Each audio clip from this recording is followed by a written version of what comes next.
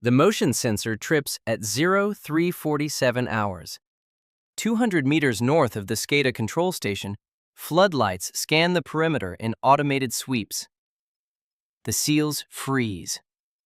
8 operators split into 2 teams deep inside Iran's most critical oil infrastructure. Alpha Team is kneeling beside a fiber optic junction box, hands steady on shaped charges. Bravo Team is moving through a maintenance corridor beneath the main switching facility. The detection wasn't supposed to happen yet. The alarm doesn't sound. Not yet. But the window just contracted. They move. Kharg Island is not just an oil terminal. It is the artery. 90% of Iran's crude exports flow through this single point of infrastructure, a sprawling complex of pipelines, loading berths, and control systems built on rock and reclaimed seabed 30 kilometers off the Iranian coast. Destroy the terminal itself, and the world economy shudders. Destroy its control infrastructure, and Iran bleeds revenue for weeks without a single tanker catching fire. This is economic warfare through denial, not destruction. The objective is not spectacle. The objective is silence. The United States has 72 hours before Iranian naval forces rotate garrison assignments and the security posture tightens. Intelligence identified a blind cycle in radar coverage, a 12-minute gap that repeats every 6 hours. The SEALs timed their insertion for that gap. They came in underwater, riding a Mark 11 submersible delivery vehicle 4 kilometers offshore, surfacing in a debris field near the southern loading pier. The plan is surgical. Alpha Team disables the SCADA control center and severs power to the backup diesel generators. Bravo Team cuts the undersea fiber trunk that links the terminal to mainland command networks and destroys the surface communications array. Extraction window, 47 minutes from first breach. They have used 11 of those minutes already. The SCADA facility sits low and reinforced, a concrete bunker designed to survive airstrikes. Alpha Team expected it to be unmanned after midnight. Intelligence was wrong. Through the thermal scope, 4 heat signatures inside.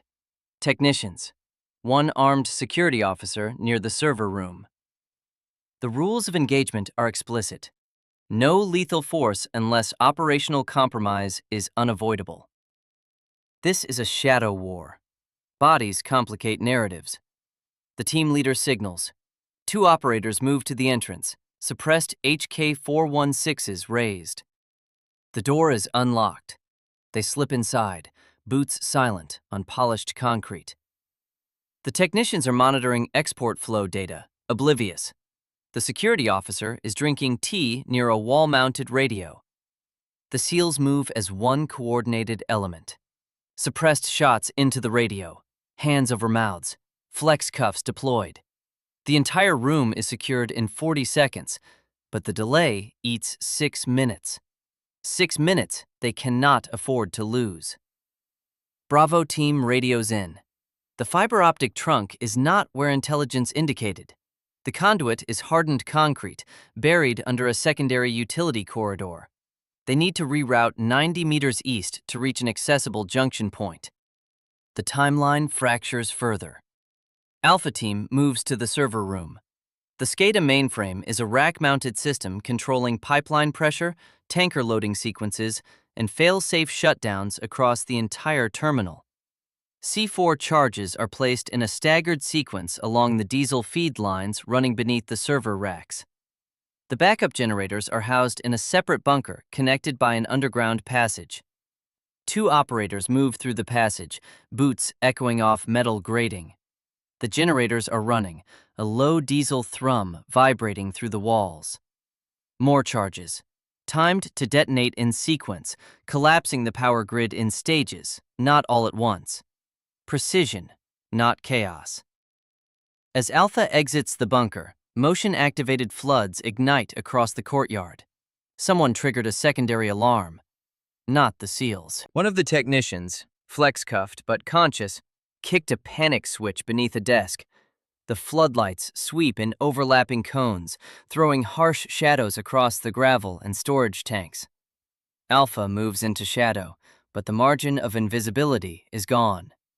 Bravo team reaches the secondary fiber junction and finds a vault door. Reinforced steel, electronic lock disabled, but mechanically bolted from the inside. Thermite is the only option. The cutting begins, white-hot sparks cascading in the confined space, smoke thickening. 8 more minutes. The clock is no longer theoretical. 11 kilometers south, the Iranian Quick Reaction Force mobilizes. Garrison lights flare. Trucks roll. Estimated arrival? 22 minutes. The exfiltration window is now critically compressed. Bravo breaches the vault. Inside, the fiber optic trunk is a thick bundle of cables running through conduit sleeves, each line carrying gigabits of operational data between Kharg and the mainland. They sever the bundle with hydraulic cutters, then plant det cord along the remaining infrastructure. The terminal's communications backbone is about to collapse. Then the offshore picture changes. Thermal imaging from a UAV overhead picks up an unscheduled Iranian patrol boat. It is moving southeast at 18 knots, directly toward the SEAL's extraction zone. The Mark 11 submersible delivery vehicle is submerged at the rendezvous point, waiting, but the patrol boat's search pattern will sweep right over it. Exposure is imminent. Command radios new orders. Collapse to the alternate exfiltration point, 2.3 kilometers north along the coastline. The route crosses an active helipad servicing offshore rig crews. Both teams must move together now, through terrain they did not rehearse, under pressure they did not plan for.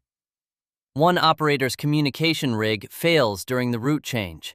They are down to 2 radios for 8 men. Hand signals and proximity are all that remain. Alpha and Bravo link up near a fuel storage tank farm. The charges are set. The mission is technically complete. The fiber trunk is severed. The SCADA system is rigged to fail. The generators are wired for destruction. But survival is no longer guaranteed. The teams move north in staggered formation, using shadows and pipeline infrastructure for concealment. The helipad is a flat expanse of concrete, lit by perimeter floods, exposed on all sides. There is no alternate route. They cross in pairs, low and fast. The charges detonate. The sound is not a single explosion. It is a cascade. The SCADA servers rupture first, a muffled crump inside the bunker. Then the diesel generators blow, severing backup power. The fiber junction erupts in a bright white flash, det cord igniting in a line of fire. Across Kharg Island, control systems go dark. Loading operations cease. Tanker berths lose data links. Automated valves freeze in position. The terminal does not burn. It simply stops. But the Iranian Quick Reaction Force is 4 minutes out. The SEALs reach the edge of the helipad and take contact. Small arms fire from a pursuit vehicle, a technical mounting a heavy machine gun. Rounds snap overhead, ricocheting off steel and concrete. The team returns fire with controlled bursts, suppressing the vehicle.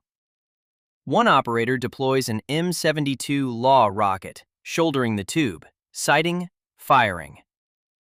The rocket streaks across the darkness and impacts the technical's engine block.